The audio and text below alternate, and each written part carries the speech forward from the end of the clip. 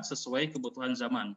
Nah, jadi di sini sebutkan sekali lagi bahwa kaidah Al-Qur'an itu kebutuhan manusia, kebutuhan kita, baik kebutuhan zaman dulu, kebutuhan zaman sekarang, atau kebutuhan zaman yang akan datang. Itulah konsep dari adanya kaidah-kaidah penafsiran.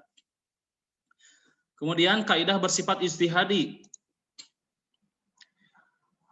Saya simpulkan dari beberapa hasil baca, layaknya ulama bahasa, usul, dan hadis selalu ada nilai khilafiyah, maka dalam penetapan kaidah pun terdapat perbedaan. Jadi begini maksudnya, kalau saya simpulkan dalam beberapa ulama, ternyata setelah kaidah itu disepakati oleh para ulama, setelah disepakati ternyata masih ada yang berbeda dalam memahaminya, begitu. Jadi kaidahnya sama, tapi hasil dari pemahamannya berbeda, gitu. Nah, itu akan terjadi, dan ini bersifatnya khilafiyah, tidak bisa menyalahkan yang lain. Nanti muncul kaidah al-ijtihadu la yanqudu bil ijtihad. Jadi tetap tidak bisa pembuat kaidah tersebut tidak bisa menggugurkan pembuat kaidah yang lain apabila sudah cocok dengan syarat dan ketentuannya. Nah, hal ini disebabkan bisa jadi berbeda kaidah dalam menyikapi ayat yang sama. Jadi ayatnya sama tapi kaidahnya berbeda, bisa jadi seperti itu. Bisa jadi kaidah sama namun simpulan yang berbeda, begitu. Nah, selanjutnya contoh khilafiyah dalam menetapkan ayat muhkam dan mutasyabih pada ayat-ayat memiliki tema yang sama. Hampir baik itu dari syekh yang lain yang tadi saya sebutkan, itu misalkan dari Al-Sab, Syekh Al-Sab itu mengungkapkan atau memberikan beberapa contoh, diantaranya contoh-contoh tentang muhkam dan mutasyabih. Misalkan di sini Quran surat Al-Qiyamah ayat 22 sampai 23, wujuhu yauma idzin nadhirah ila rabbiha nazirah.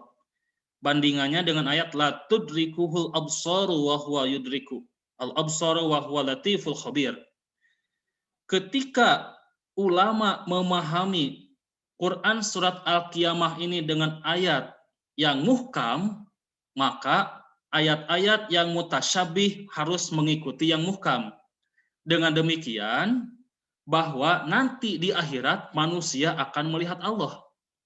Tapi ada juga para ulama yang memberikan kaidah yang berbeda, pemahaman yang berbeda, di mana ayat Al-Qiyamah itu bukan muhkam tapi mutasyabih. Yang muhkam itu adalah surat Al-An'amnya.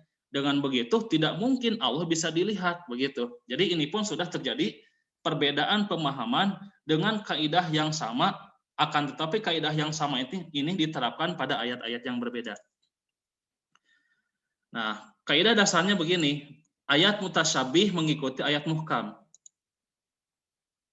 Kemudian, maka yang menjadikan ayat surah Al-Qiyamah sebagai ayat muhkam menegaskan bahwa Allah dapat dilihat dengan pandangan mata di akhirat nanti, walaupun hakikat zatnya tidak dapat terjangkau.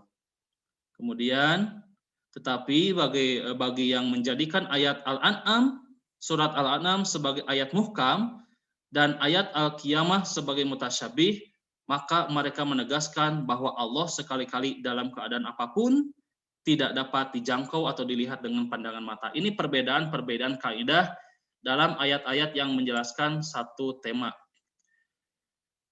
Sekarang